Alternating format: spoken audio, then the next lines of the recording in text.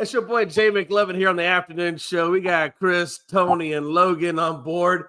Lots of stuff going on in the world of sports. Not a whole lot, but a few little things going on here and there. Without further ado, though, hopefully everybody's staying warm. God knows I am. Tony, you got the Yeah, cold out there here in Indiana. Yeah, guys, let's jump into Thursday night recap. Atlanta got off to a real good start, and then Tampa Bay looked like they kind of took the game over there in the third quarter. And Atlanta makes a really good comeback and wins the game 29-28. Even though Atlanta had like 19 penalties for like 129 yards, a crazy game. A big loss for Tampa Bay, man. Kind of puts Carolina maybe in the driver's seat if they can win this week. Their game against New Orleans, they would be in a good position. Logan, your thoughts on the game last night? I'll start with the Falcons first. Great win for them. God, they needed it. They had been on just a rough patch here, really the whole season, but especially the last handful of weeks. They were close against Seattle the week prior. They were tied at halftime. Then they just got their teeth kicked in after halftime. And whatever happened last week kind of translated over to this week, and they worked on it. They got better. And we saw, like I said, they were down by 2 scores in going into the fourth. And you thought, all right, well, Tampa Bay will lock this one up. They always do.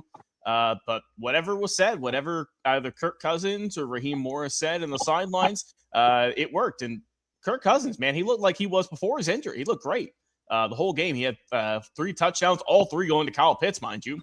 373 yards. Pitts was responsible for 166. He had a career night. If you had him on fantasy, then you had a good start to your week there in the playoffs for a lot of people. Bijan Robinson did his thing as always, close to 100 yards and 1 touchdown. And I mean, I've said pretty much all year, the offense for Atlanta has been anemic at times, but the defense, they're always going to get you in the game or keep you in it. They had 5 sacks on the day. I know James Pierce Jr., he had 2 on the night. He's had a sack in 6 straight games. So, I mean, he's just been on fire and proved, I know Atlanta doesn't have a draft pick in the first round this year, but they traded it to get him and also Jalen Walker. So, a lot of people will say, oh, well, hey, you got rid of those draft picks, but the guys you drafted this year are paying off dividends so far. I get the year might be a wash for them as a team, but the individuals you drafted are at least helping in, the early term and hopefully for the rest of the Falcons if they kind of retool and hope to get better next season. And if you're Tampa Bay, boy, I don't know if you guys saw the press conference Todd Bowles had after the matchup, but we can't play any of it. He said it was like 8 F-bombs during it. He was not happy at all. And basically, the players are I know, they got to be down the dumps right now because they were in prime positioning, a handful of weeks ago to just kind of, in a way, run away with the division or lock it up. Because Carolina, they had a couple of, they played good, but they had a couple of losses they probably could have won. And Tampa Bay just got careless. They find ways to lose, and they're now 7-7.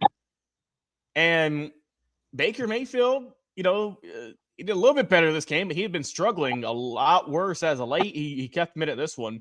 But they just haven't been able to close out. And I get that, okay, well, the excuse was a few weeks ago, okay, well, the receiving core's hurt, right? Chris Godwin, Mike Evans, kind of the usual suspects, Ibuka.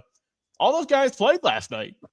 And, well, yeah, they look good on offense. Mike Evans, well, like he has his whole career, was phenomenal. The defense just kind of wasn't there. They only got 1 sack on the day, no interception, so they weren't creating turnovers, which hurt them. Ultimately, like I said, in the end, and they, they kept Atlanta in it. And like I said, it wasn't like Atlanta they scored with time left. They brought it down to the very end, and, it was shaky, but it got through the uprights with that 43-yarder from Zane Gonzalez, who Atlanta picked up midway through the season. It's their 3rd kicker of the year. So Falcons, a gutsy win. And like I said, you're not winning the division, you're not making the playoffs, but it's a good win to, keep a feather in your cap and say, all right, this is a good team win here, boys. Let's keep it up, play spoiler for the rest of the season. Carolina Panthers fans, I know, are super pumped right now. Falcons took care of business. And for Tampa Bay, handful of games left, and boy, the panic is certainly set in. You'll see, for the rest of the year, if between them and Carolina, who's going to come out on top. But right now, I think Carolina's got the slight advantage with a handful of weeks left.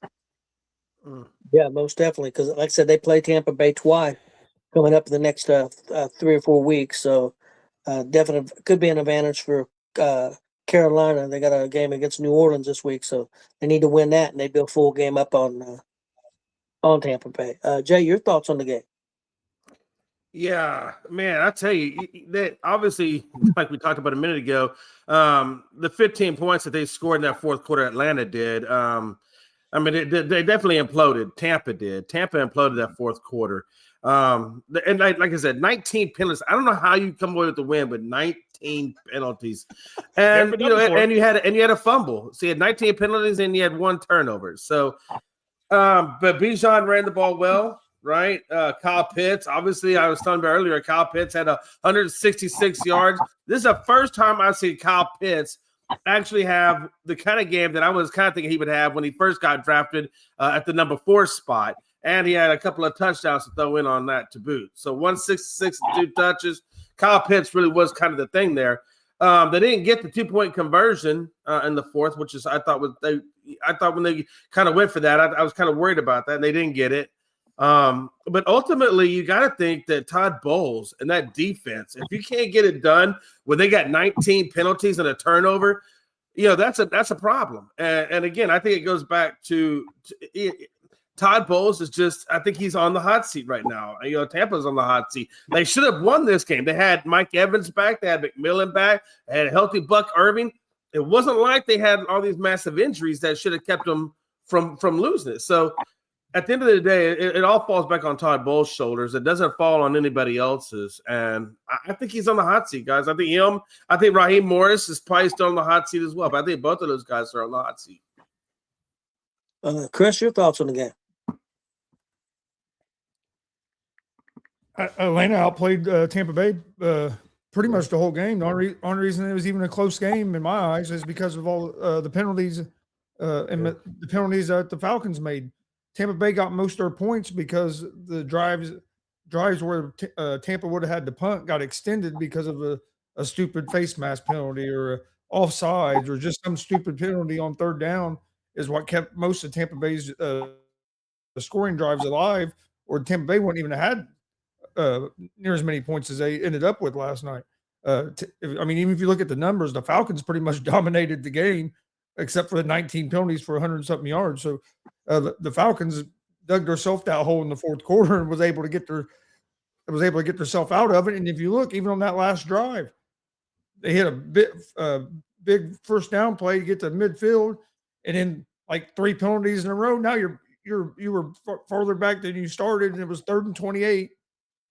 And they get it to 4th and 14 and convert it, and then they go on to get that field goal. But they made that the last drive harder on themselves than it needed to be with stupid penalties. But yeah, that was one of the most undisciplined games I think I've ever seen played. But like I said, the Falcons was outplaying them so much they were able still to win the game. I think this game could have very easily been a blowout if Falcons would have been a little more disciplined. Yeah, I agree with you. I think that it could have been. Guys, anything else you guys want to talk about on the Thursday night game before we move on? No, I'm good with it. I will say this, man, Mike Evans, hell of a good debut coming back. 132 yards on 6 catches, man. And again, he got him killed. He did. I saw that when he got that lower back hit. Yeah, he looked pissed. Yeah, I'd be pissed off if I was him too, right? But it didn't stop him because he came back after that hit and he kept on racking up the yardage, which is good. Good for him. So, yeah, we'll see where they go. But I just thought it was interesting that, on his debut back from injury, man, he throws up a monster game. Frankie, do you have any thoughts on last night's Thursday night game before we move on? No, not really. Too many flags. I know Atlanta fans and Buccaneer fans are probably going around saying that this is like one of the greatest games they've seen because it ended on a 1-point win for the Falcons, but it was kind of boring.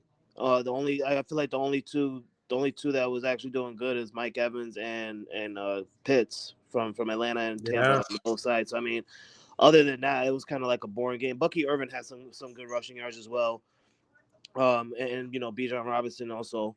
But other than that, I feel like it was just like it was a boring game to me for some reason. Other than that, hey, Falcons got their win, And now Buccaneers got their backs against the wall with Panthers now on top of that division. We always appreciate when we get those subscribes because it really does help us out a lot. So y'all be good. Have a good weekend.